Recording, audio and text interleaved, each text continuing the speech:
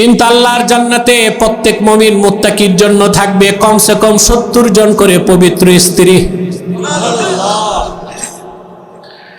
কেমন পবিত্র স্ত্রী?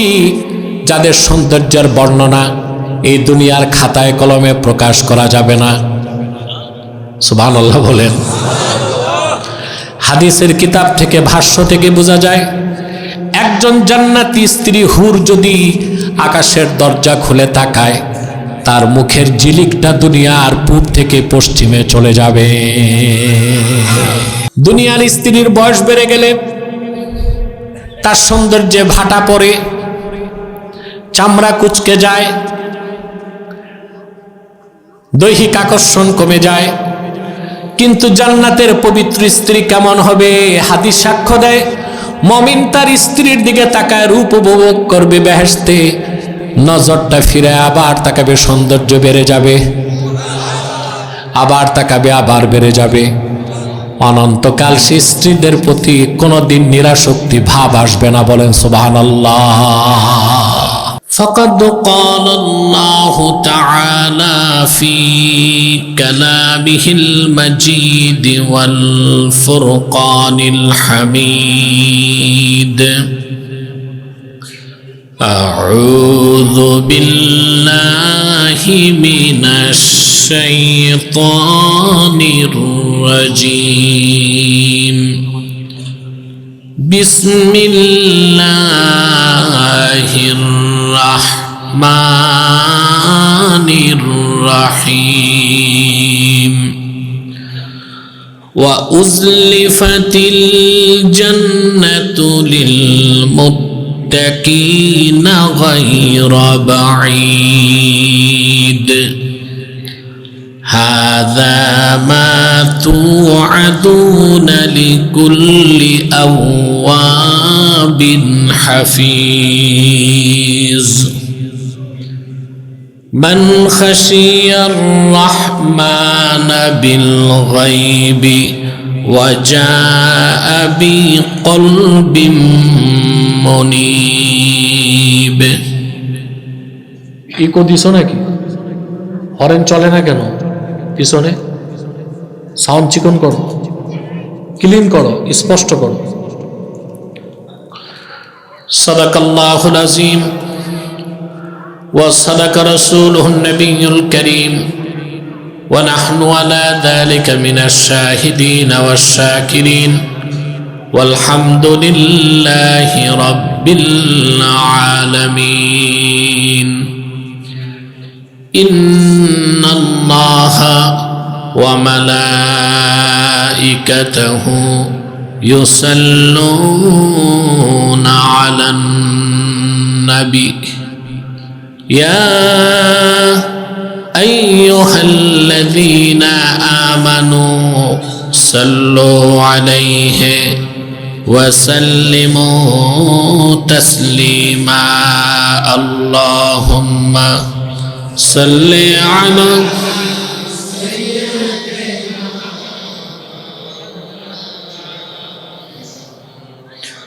ওয়া আলা আলি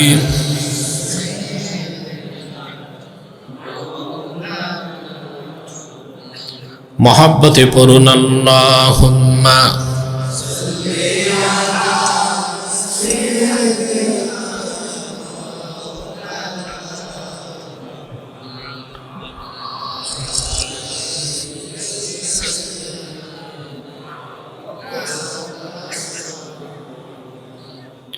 मेरा दिल तड़प रहा है, मेरा जल रहा है सीना,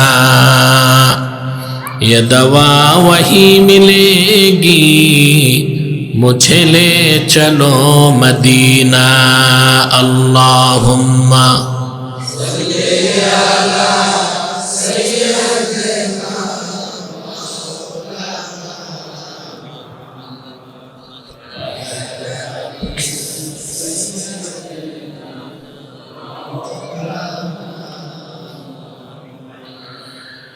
मदीने की हवा से जन्नती बू आती है, खा के पाके मदीना में नूर जन्नत चमकती है। अल्लाहुम्मा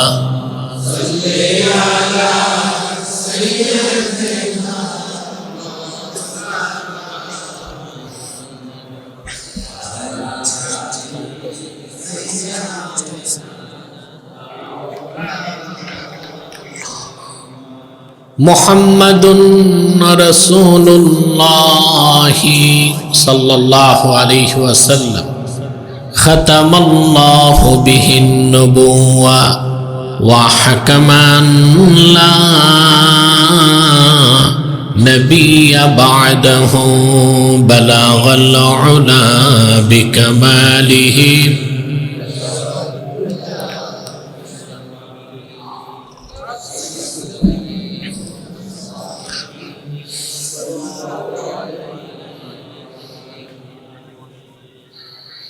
মধ্যনগর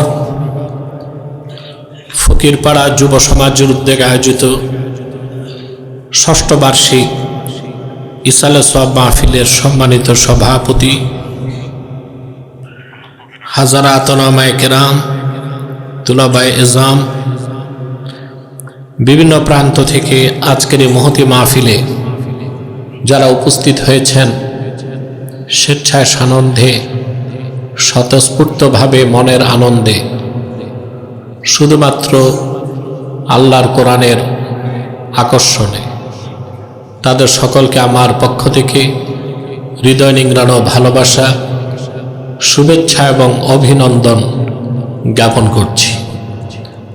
সবটুকুন শুকরিয়া আল্লাহ তাআলার জন্য, যিনি আমাদেরকে এখানে আসার ও বসার তৌফিক মেহেরবানি করে ভিক্ষা দান করেছেন। সেজন্য আসুন আমরা সকলে একবার অবনত চিত্তে হৃদয়ের আবেগ অনুভূতি উজাড় করে সমবেত কণ্ঠে বলি আলহামদুলিল্লাহ। অগণিত অসংখ্য দরুদ ও সালাম আল্লাহর সৃষ্টির প্রধান আকর্ষণ, বিশ্বসভার সভাপতি, সকল নবী রাসূলগণের মাথার তাজ, শামসুল হিদায়াত, বদরুদ্দুজা, সাইয়্যিদুস সাকালাইন, ইমামুল মুরসালিন, খাতামুন নবিয়্যিন আল মুরসালিন, আফতাবে নবুওয়াত, শাহনশাহে রিসালাত, সরকারে দো জাহাঁ, সুলতানুল মদিনা, নবিয়ুল আম্বিয়া, হুজুরে আকরম, নূরে মুজাসসম, নূরুন আলা নূর, সৈয়দিনা হাবিবিনা শফিঈনা মাওলানা মুহাম্মদ সাল্লাল্লাহু আলাইহি ওয়াসাল্লামের উপর আল্লাহ তাবারাক ওয়া তাআলা যাকে আজ থেকে প্রায় ১৫০০ বছর আগে প্রেরণ করেছেন, সর্বশ্রেষ্ঠ সর্বশেষ নবী ও রাসূল হিসেবে, যার পরে আজ পর্যন্ত পৃথিবীতে অবশ্যই কোনো প্রকার নবী কিংবা রাসূল অবশ্যই আসে নাই, অবশ্যই এখনো নাই, অবশ্যই কিয়ামত পর্যন্ত আসবে না। সম্মানিত সুধী, আপনারা সে সন্ধ্যা থেকে বক্তব্য শুনে আসতেছেন, আলহামদুলিল্লাহ। রাতও গভীর হচ্ছে, আপনারা ধৈর্যের সাথে বসে আছেন। নিঃসন্দেহে আল্লাহর কাছে আপনাদের জন্য আজরুন আজিম আছে, মহাপুরস্কার। দিন শিখতে বেরিয়েছেন, মাজলিসে বসেছেন, সগীরা গুনাহগুলো মাফ হয়ে গেছে। আমরা এতে খুশি না বেজার? আবার একটু পরে আপনাদেরকে নিয়ে আমি হাত তুলব মুনাজাতে, এককভাবে না সম্মিলিতভাবে? এককভাবে দোয়া করলে কবুল হতেও পারে, নাও হতে পারে, কিন্তু রাসূলুল্লাহর উম্মত একসাথে হাত তুললে এটা ফেরত নাই। সুবহানাল্লাহ। আমি একটি হাদিস শোনাচ্ছি এই ব্যাপারে। মুআজ্জাম তাবারানীতে হাদিসটি এসেছে, রাসূলুল্লাহ সাল্লাল্লাহু আলাইহি ওয়াসাল্লাম ইরশাদ করেছেন, মা রাফা কওমুন আকুফাহুম ইলাল্লাহি তাআলা ইয়াসআলুনাহু শাইআন ইল্লা কানা হাক্কান আলাল্লাহি আইয়াদা ফি আইদিহিম আল্লাযী সাআলুহু। আল্লাহর হাবিব সাল্লাল্লাহু আলাইহি ওয়াসাল্লাম ইরশাদ করেছেন, আমার উম্মতের কোন একটি দল যদি আল্লাহর কাছে সম্মিলিতভাবে হাত উঠায়, তারা যদি কিছু চায়, আল্লাহর উপর হক হয়ে যায়, তারা যা চায় তাদের হাতে আল্লাহ তাআলা তাই দিয়ে দেন। তাহলে আমরা যখন মুনাজাত করব, আমাদের গুনাহ মাফ হবে, তওবা কবুল হবে। এতে আমরা খুশি না বেজার? শয়তান তো ওয়াসওয়াসা দিতে পারবে না, পারবে? নিয়তটা ঠিক আছে? কিছুক্ষণ পরে আমরা গুনাহ মাফ করে তওবা করে নিষ্পাপ হয়ে মুনাজাত করে বাড়ি যাব। কারা কারা হাত তুলে আল্লাহকে দেখা? আল্লাহ কবুল করুক, আল্লাহ মঞ্জুর করুক। যারা দাঁড়িয়ে আছেন তাদেরকে আমার করজোর অনুরোধ, বসে যান, পিছনে যে বসে যান, কেউ দাঁড়িয়ে থাকবেন না। মাহফিলের আদব রক্ষা করা ওয়াজিব। মাহফিল যত পরিবেশ সুন্দর করবেন, তত বেশি নাসিহা থেকে বরকত লাভ করতে পারবেন। আমার বন্ধুগণ, আমি আজকে আপনাদের সামনে তেলাওয়াত করেছি সূরা কফ থেকে। বলুন তো কোন সূরা? কফ। 3টে আয়াত তেলাওয়াত করেছি, 31, 32 এবং 33। এই 3টে আয়াতকে কেন্দ্র করেই কিছু কথা বলবো ইনশাআল্লাহ, খুব সংক্ষেপে। আমার সঙ্গে আপনারাও তেলাওয়াত করুন, যেন প্রতিটি অক্ষরের নূর আল্লাহ তাআলা আমাদের সিনায় বিকশিত করে দেন। বলেন আল্লাহুম্মা আমিন। আউযু বিল্লাহি মিনাশ শাইতানির রাজীম। বিসমিল্লাহির রাহমানির রহিম। وأزلفت الجنة للمتقين غير بعيد هذا ما توعدون لكل أواب حفيظ من خشي الرحمن بالغيب وجاء بقلب منيب। আল্লাহ তাআলা বলেন, ওয়া উজলিফাতিল জান্নাতু লিল মুত্তাকিনা গায়রা বাঈদ। আই কুররিবাতিল জান্নাতু লিল মুত্তাকিনা ইয়াওমাল কিয়ামাতি গায়রা বাঈদ। কাল কিয়ামতের দিন মুত্তাকি বান্দাদের জন্য আল্লাহর বেহেশত জান্নাতকে নিকটবর্তী করা হবে।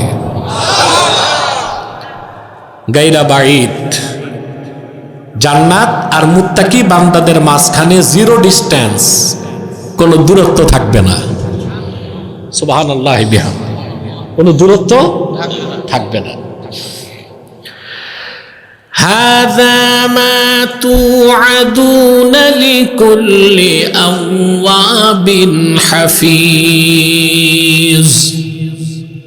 আল্লাহ পাক কিয়ামতের দিন বলবেন, এ সব কিছু তোমাদেরকে প্রতিশ্রুতি দেওয়া হয়েছিল দুনিয়ায় প্রত্যেক সেই ব্যক্তিকে যে কিনা আল্লাহ অভিমুখী এবং আল্লাহর হুকুমগুলোকে হেফাজতকারী। সুবহানাল্লাহ। মান খাশিয়ার রহমানা বিল গায়বি ওয়া জাআ বিকলবিম মুনীব। যারা মহান আল্লাহকে ভয় করেছে না দেখে। সুবহানাল্লাহ। আমরা আল্লাহকে ভয় পাই না দেখে, আর আল্লাহর কাছে উপস্থিত হয়েছে একটি পরিশুদ্ধ পবিত্র আনুগত্যশীল অন্তর নিয়ে।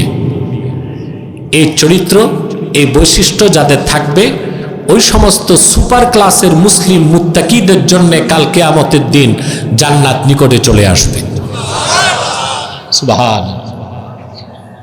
আপনারা মোবাইলগুলো বন্ধ করেন স্টেজে। কোনো মোবাইল চলবে না। হ্যাঁ, না, সব মোবাইল বন্ধ।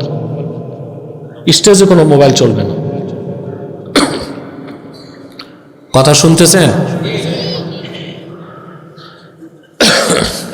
তো মুত্তাকি বান্দাদের জন্য আল্লাহর জান্নাত নিকটবর্তী হয়ে যাবে। কথাটা শুনতে সহজ, কিন্তু বিষয়টা খুব বড়। সুবহানাল্লাহ। রাসূলুল্লাহ সাল্লাল্লাহু আলাইহি সাল্লামের প্রত্যেক উম্মত বেহেশতে যাবে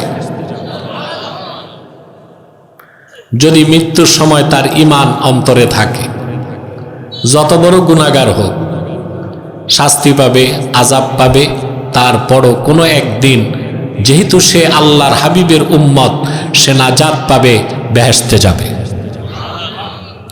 এটা বিশ্বাস করেন? এটা তো আমার কথা না, কোরআনে কারীমে আল্লাহ রাব্বুল আলামিন সূরাতুদ দুহাতে আপন হাবিবকে বলেছেন, ওয়ালা সাউফা ইউতিকা রাব্বুকা ফাতারদা। মুহাম্মদ সাল্লাল্লাহু আলাইহি ওয়াসাল্লাম, কাল কিয়ামতের দিন আল্লাহ পাক আপনাকে এত বেশি নেয়ামত দিবেন, আপনি রাজি হয়ে যাবেন। বিষয়টা চিন্তা করেন। হাসর ময়দানে আদম থেকে ঈসা পর্যন্ত লাখের উপর পয়গম্বরের চেষ্টা থাকবে কেমন করে আল্লাহকে রাজি করা যায়, আর আমার আল্লাহর চেষ্টা থাকবে কেমন করে হাবিবকে রাজি করা যায়।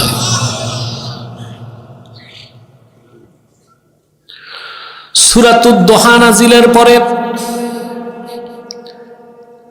আল্লাহর হাবিব সাল্লাল্লাহু আলাইহি ওয়াসাল্লাম সাহাবায়ে কেরামকে ডেকে বললেন, সাহাবীরা শোনো, আল্লাহ পাক আমার সঙ্গে ওয়াদা করেছেন, কাল কিয়ামতে যতক্ষণ আমি রাজি না হই তিনি আমার কথা শুনবেন। আমি তোমাদের সঙ্গে ওয়াদা করে যাই, লা আরদা ওয়া ওয়াহিদুম মিন উম্মতি ফিন্নার। আমার একজন ঈমানদার উম্মত যে আমার কালেমা বিশ্বাস করেছে, যতক্ষণ জাহান্নামে থাকবে আমি রাসূল রাজি হব না।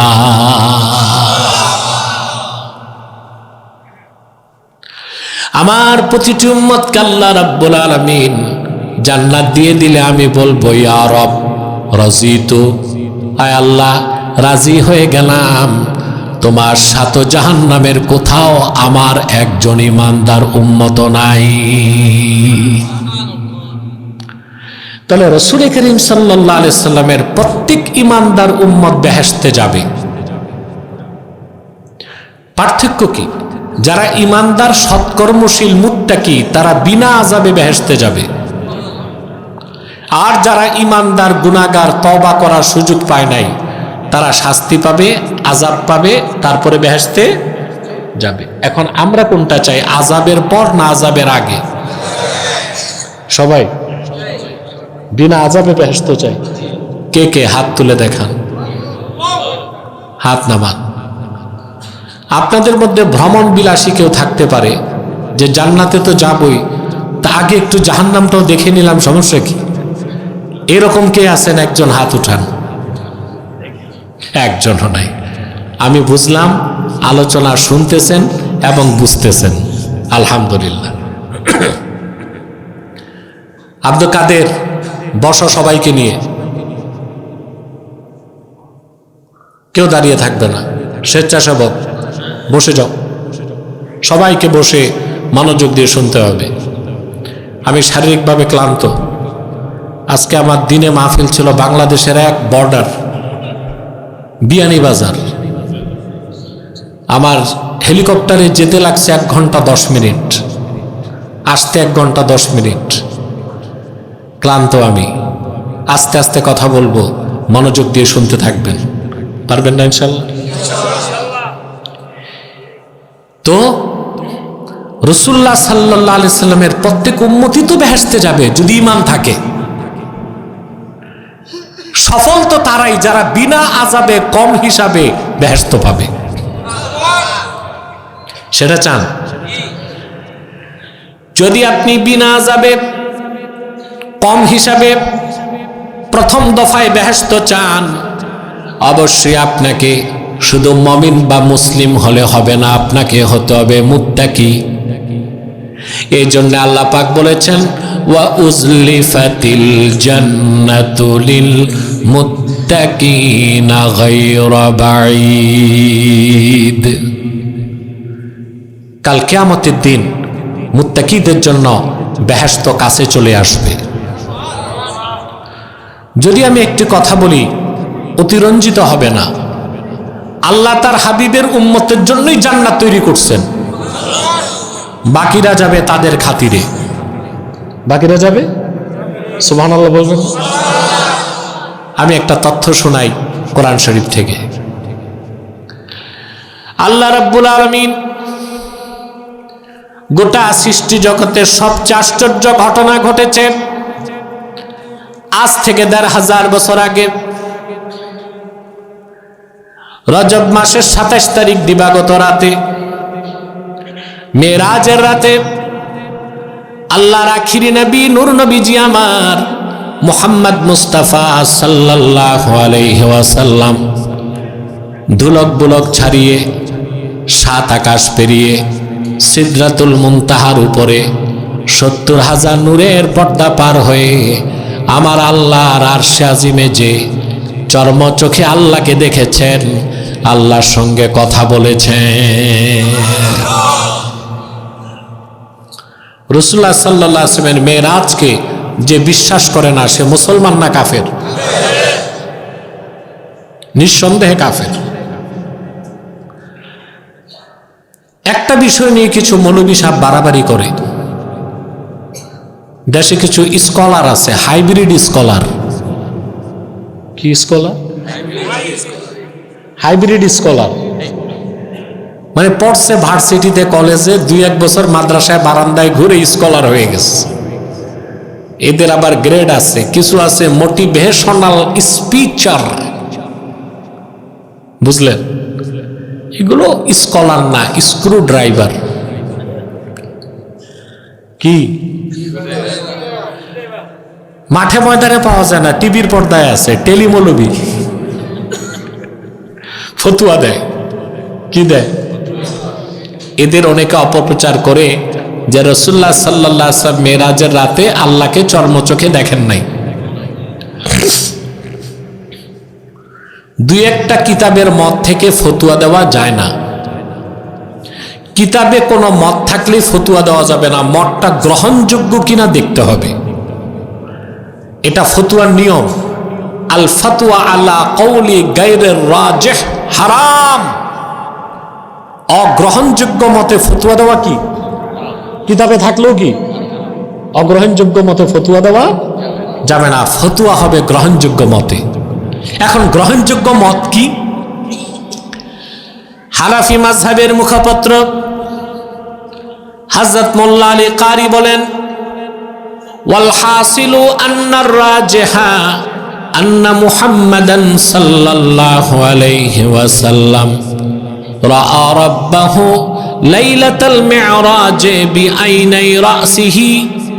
গ্রহণযোগ্য মত এটাই, আল্লাহর আখিরি নবী নূর নবীজি আমার মুহাম্মদ মুস্তাফা সাল্লাল্লাহু আলাইহি ওয়াসাল্লাম ১৫০০ বছর আগে ধুলক বুলক ছাড়িয়ে ৭ আকাশ পেরিয়ে আমার আল্লাহর আরশে আজিমে যে কপালের ২ চোখ দিয়ে আমার আল্লাহ পাককে দেখেছে। এটা গ্রহণযোগ্য মত। তো ফতুয়া কোনটায় হবে? গ্রহণযোগ্য মতে। অগ্রহণযোগ্য মতে ফতুয়া হবে না। আল্লাহর হাবিব সাল্লাল্লাহু আলাইহি সাল্লাম সরাসরি আল্লাহকে দেখেছেন। আল্লাহ তাআলার হাবিব আর আল্লাহ তাআলার মাঝে দূরত্ব ছিল মাত্র ১ হাত। আল্লাহ পাক বলেন, সুম্মা দানা ফাতাদাল্লা ফাকানা ক্বাবা কাউসাইনি আও আদনা ফাআওহা ইলা আবদিহি মা আওহা। আল্লাহ তাআলা নূরের ঝালওয়া মেরাজের রাতে আল্লাহর হাবিব যখন আরশুল্লাহিল আজিমে গেলেন, আল্লাহ নূরের ঝালওয়া রসুল্লাহর কাছে চলে আসলো, একদম কাছে। দূরত্ব ছিল মাঝখানে কাবা কাউসাইন। কুরতুবী লেখছেন 1 হাত। কতটুক? ধনুক টানলে 2 মাথা যত কাছে আসে। আল্লাহ তার হাবিবের সাথে সরাসরি কথা বলছেন, ওখানে জিবরিলও যাইতে পারে নাই। আল্লাহু আকবার। জিবরিলের মাধ্যমে আল্লাহ তাআলা তার হাবিবের কাছে যে ওয়াহি নাজিল করেছেন সেটা তো 30 পারা কোরআন। কিন্তু আরশে আজিমে আল্লাহ তার হাবিবকে কি ওয়াহি করেছেন প্রশ্ন আসে কিনা? কথা বলে না। আল্লাহ বলেছেন ফাআউহা ইলা আবদিহি মা আউহা। আরশে আজিমে আল্লাহ তাআলা আপন হাবিবকে ডেকে নিয়ে সরাসরি আল্লাহ তার বান্দা মুহাম্মদ সাল্লাল্লাহু আলাইহি ওয়াসাল্লামের নিকট যা ওহী করার ওহী করলেন। ওই ওয়াহিতে কি কথা ছিল জানতে মন চায়? সবগুলো তাফসিরের কিতাবে এসেছে। আমি নির্ভরযোগ্য 4টা তাফসিরের রেফারেন্স দিচ্ছি। তাফসিরে নাসাফি, তাফসিরে কুরতুবী, তাফসির ইবনে কাসির, তাফসির মাফাতিহুল গায়েব। 4টা তাফসিরে এসেছে আল্লাহ রাব্বুল আলামিন আপন হাবিবকে ডেকে বলেছেন, ইন্নাল জান্নাতা মুহাররামাতুন আলাল আম্বিয়া হাত্তা তাদখুলাহা ইয়া মুহাম্মদ সাল্লাল্লাহু আলাইহি ওয়াসাল্লাম ওয়া আলাল উমাম হাত্তা তাদখুলাহা উম্মাতুক। আল্লাহ ডেকে বলেছেন, হাবিব মুহাম্মদ সাল্লাল্লাহু আলাইহি ওয়াসাল্লাম, যতক্ষণ আপনি আমার জান্নাতে প্রবেশ না করবেন, আদম থেকে ঈসা পর্যন্ত লাখের উপর নবী জান্নাতে ঢোকা নিষিদ্ধ থাকবে। আর যতক্ষণ না আপনার উম্মত আমার জান্নাতে না ঢুকবে, আদম থেকে ঈসা পর্যন্ত তাদের সকল পয়গম্বরদের উম্মতদের জন্য জান্নাতে ঢোকা হারাম থাকবে। সুবহানাল্লাহ, সহজ কথা। তাহলে রাসূলুল্লাহ সাল্লাল্লাহু আলাইহি ওয়াসাল্লামের উম্মত হতে পেরেছি, এর চেয়ে বড় সৌভাগ্য আর কিছু নাই। আছে আছে প্রিয় ভাইরা, যে কথা বলছিলাম, আল্লাহর হাবিব মুহাম্মদ সাল্লাল্লাহু আলাইহি সাল্লামের প্রত্যেক উম্মত বেহেশতে যাবে যাদের ঈমান আছে, শিরক নাই, কুফর নাই। শিরক নাই, কুফর নাই। গুনাহগার হইলেও বেহেশতে যাবে আযাবের পরে। আর যদি ঈমানদার সৎকর্মশীল হয়, মুত্তাকি, তাহলে সে বিনা আযাবে হিসাব দিবে আর জান্নাতে ঢুকবে। এজন্য আল্লাহ তাআলা বলেছেন, ওয়া উজলিফাতিল জান্নাতু লিল মুত্তাকিনা গায়রা বাঈদ। কাল কিয়ামতের দিন মুত্তাকিদের জন্য বেহেশতকে নিকটবর্তী করা হবে। মুত্তাকি সৎকর্মশীল মুসলমান আর জান্নাতের মাঝখানে 0 ডিস্টেন্স, কোনো দূরত্ব থাকবে না। বলেন সুবহানাল্লাহ। মনে রাখবেন মুসলমান, আল্লাহ তাআলা মুত্তাকিদের জন্য জান্নাতকে ওয়াজিব করে দিয়েছেন। কোরআনে কারীম আল্লাহ রাব্বুল আলামিন বলেন, মাসালুল জান্নাতিল্লাতী উইদাল মুত্তাকুনা তাজরি মিন তাহতিহাল আনহার উকুলুহা দাইমু ওয়া জিল্লুহা তিলকা উকবাল্লাযীনা তাকাও ওয়া উকবাল কাফিরিনান নার। আল্লাহ পাক বলেন, সেই জান্নাত, যে জান্নাতের ওয়াদা আল্লাহ করেছেন আপন মুত্তাকি বান্দাদের সাথে, সে জান্নাতের বৈশিষ্ট্য হচ্ছে তার নিচ দিয়া স্বচ্ছ পানির নহর প্রবাহিত। ওই জান্নাতের ছায়া এবং খাদ্য চিরস্থায়ী। আল্লাহর মুত্তাকি বান্দাদের আবাসস্থল হচ্ছে সেই জান্নাত, আর অবিশ্বাসী কাফের নাফরমানদের আবাসস্থল হচ্ছে জাহান্নাম। ওয়া উকবাল কাফিরিনান না, কাফেরদের আবাসস্থল কি? জাহান্নাম। আবাসস্থল কি? জাহান্নাম। মুত্তাকিদের আবাসস্থল জান্নাত। এই জান্নাত আল্লাহ তৈরি করছেন মুত্তাকিদের জন্য। সুবহানাল্লাহ। কোরআন কারীমের অন্যত্র আল্লাহ রাব্বুল আলামিন বলেন, ওয়াসারিউ ইলা মাগফিরাতিম মির রাব্বিকুম ওয়া জান্নাতিন আরদুহাস সামাওয়াতু ওয়াল আরদু উইদ্দাত লিল মুত্তাকিন। আল্লাহ রাব্বুল আলামিন বলেন, আমার বান্দারা, তোমরা আল্লাহর রহমত এবং মাগফিরাতের দিকে, জান্নাতের দিকে দৌড়াও। আমরা দৌড়াই দুনিয়ার পিছনে, কোন দিক? আর এখন সবাই দৌড়ায় নেতাদের পিছনে। নেতাদের পিছে ঘুরলে নোট পাওয়া যায়, কর্মীরা পায় নোট, নেতা পায় ভোট। ঠিকটা তো ঠিক মতো কইলা না? মানুষ রিলিফের পিছনে দৌড়ায়, চাকরি ব্যবসার পিছনে দৌড়ায়, বিত্ত বৈভবের পিছনে দৌড়ায়। এগুলো দরকার আছে, কিন্তু এগুলোর জন্য দৌড়ানো যাবে না। দৌড়াতে হবে আল্লাহর জান্নাতের জন্য, মাগফিরাতের জন্য। সুবহান। এ মানুষগুলো কি ঘুম থেকে উঠে আসতেছে নাকি এত দেরিতে? তা আমি কি ভুল করলাম নাকি আগে এসে? এই সবসময় দেরিতে আসি। আজকে আমি যদি রেস্ট নিতে যাইতাম তো রাত 12টা বাজত। আর আমার যদি মাগরিবের পর দিত, তা আমি আর আব্বাসী মঞ্জিল যেতাম না, হেলিকপ্টার নিয়ে এখানে চলে আসতাম। এটা আরো ভালো হইতো। কমিটি রাজি না। কমিটি তো আমার 9টার আগে 10টার আগে দেয় না। এটা একটা জুলুম আমার উপর। প্রিয় ভাইরা, তাহলে দৌড়াতে হবে আল্লাহর জান্নাতের জন্য আর মাগফিরাতের জন্য। আল্লাহ বলেন, সে জান্নাতের প্রশস্ততা আকাশ ও জমিনের প্রশস্ততার সমান। ও ইদ্দাত লিল মুত্তাকিন, এই জান্নাত তৈরি করা হয়েছে মুত্তাকিদের জন্য।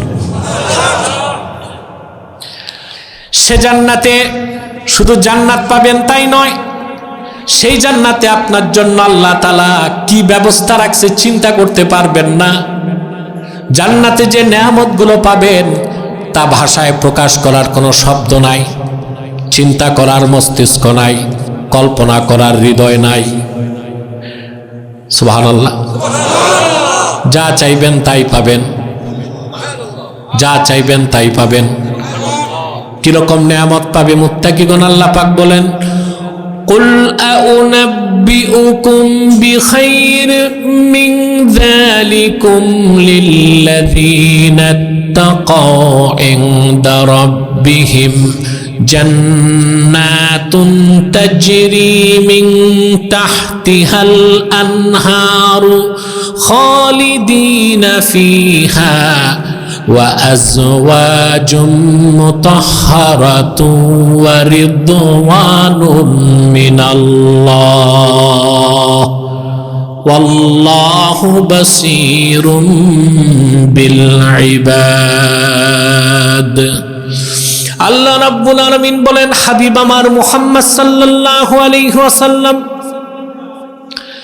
আপনি বলুন মানব জাতিকে, এই দুনিয়ায় যত সম্পদ আছে, বিত্ত বৈভব, নারী বাড়ি গাড়ি, নারী বাড়ি, সহায় সম্পদ, বিত্ত বৈভব যা আছে দুনিয়ায়, এ সব কিছুর চেয়ে উত্তম যেটা আখেরাতে আল্লাহর কাছে আছে মুত্তাকিদের জন্য, তা কি বলবো নাকি? আমি বলছি না, আল্লাহর হাবিব আল্লাহর কথাটা বলেছেন ১৫০০ বছর আগে, যা কোরআনে এসেছে। আল্লাহ তাআলা বলেন, লিল্লাযীনা ইত্তাকাউ, যারা আল্লাহকে ভয় করেছে, ইনদা রাব্বিহিম জান্নাত, তাদের রবের নিকট রয়েছে তাদের জন্য একটা দুইটা নয়, অসংখ্য জান্নাত। তাজরি মিন তাহতিহাল আনহার, যে জান্নাত সমূহের নিচ দিয়ে স্বচ্ছ পানির ফোয়ারা প্রবাহিত। খালিদিনা ফিহা, অনন্তকাল সেখানে তারা থাকবে। ওয়া আজওয়াজুম মুতাহহারা, তাদের জন্য রয়েছে অসংখ্য পবিত্র স্ত্রী। বলেন সুবহানাল্লাহ। নরমাল স্ত্রী না, আজওয়াজুম মুতাহহারা, চির পবিত্রা। একজন অনেকগুলো স্ত্রী পাবে। দুনিয়াতে তো লিমিটেড, কয়টা? এক আগেই 4টা, একটার নাই খবর, 4টা। 4 বিয়ে করা বৈধ, জায়েজ, কিন্তু সুন্নত বলা যাবে না। 4 বিয়ের শর্ত হচ্ছে একাধিক স্ত্রীর মধ্যে সমান ইনসাফ করতে হবে। ইনসাফ করতে না পারলে কিন্তু 4টা করা যাবে না, একটা। ওয়া ইন খিফতুম আল্লা তা'দিলু ফাওয়াহিদা, যদি একাধিক স্ত্রীর মধ্যে জাস্টিস, ন্যায় বিচার করতে আশঙ্কা থাকে, তাহলে আল্লাহ বলে দিয়েছেন কয়টা? যার 2 স্ত্রী, তার উপর ফরজ হচ্ছে সপ্তাহকে 2 ভাগ করা। প্রথম স্ত্রীর কাছে 3.5 দিন, দ্বিতীয় স্ত্রীর কাছে 3.5 দিন। যদি কোনো স্ত্রীর কাছে বেশি থাকতে হয়, অন্য স্ত্রী থেকে অনুমতি লাগবে। সুবহানাল্লাহ। এই ইনসাফ আছে আপনাদের মধ্যে? আপনার তো নতুন বিয়ে করলে পুরান বউকে ভাতই দেন না। ওয়াজিব কি? একটা তরমুজ কিনছেন, পাল্লায় ওজন করে 2 টুকরা করে 2 স্ত্রীকে দিবেন, পারবেন? ইনসাফ করতে পারলে আপনি বিয়ে করতে পারবেন 2টা, 3টা, 4টা পর্যন্ত। এরপর আর অনুমতি। কথা বুঝতে পারছেন? বিয়ে করতে আপনার প্রথম লাগবে ইনসাফ, তারপর ফিজিক্যাল ফিটনেস, তারপর ইকোনমিক্যাল ফিটনেস।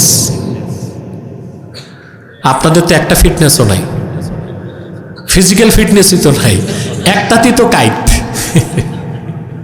আবার একাধিক বিয়ে করে কেমন করে? আর পয়সার তো জোর নাই, কথা বলে না। এদেশের মানুষ বিয়ে করে আর জায়গা বেছে, ঠিক কিনা? তো সন্তানরা ঠকে না? আরে কথা কর না কেন, ঠকে কিনা? তো ইনসাফ করতে পারলে একাধিক বিয়ে করা যাবে, ইনসাফ করতে না পারলে কয়টা? কিন্তু আল্লাহর জান্নাতে প্রত্যেক মুমিন মুত্তাকির জন্য থাকবে কমসে কম 70 জন করে পবিত্র স্ত্রী। কেমন পবিত্র স্ত্রী? যাদের সৌন্দর্যের বর্ণনা এই দুনিয়ার খাতায় কলমে প্রকাশ করা যাবে না। সুবহানাল্লাহ বলেন। হাদিসের কিতাব থেকে, ভাষ্য থেকে বোঝা যায়, একজন জান্নাতি স্ত্রী হুর যদি আকাশের দরজা খুলে তাকায়, তার মুখের ঝিলিকটা দুনিয়ার পূব থেকে পশ্চিমে চলে যাবে। দুনিয়া আপনার স্ত্রী যত সুন্দরী হোক, মিস ওয়ার্ল্ড, বিশ্ব সুন্দরী হোক, বয়স বাড়লে সবকিছু শেষ। কথাই তো আছে, মেয়েদের কুড়িতে বুড়ি, কুড়িতে বুড়ি। আগে তো মেয়েদের বিয়ে তাড়াতাড়ি হয়ে যেত, 18-20 বছরে। এখন কিসের মেয়েরা কেরিয়ার গঠন করে, কেরিয়ার গঠন করতে করতে এক একজন বিয়ে বসে মা, খালা, নানির বয়সে, ঠিক না? এই অপসংস্কৃতি আমাদের ফ্যামিলি স্ট্রাকচারকে নষ্ট করে দিচ্ছে।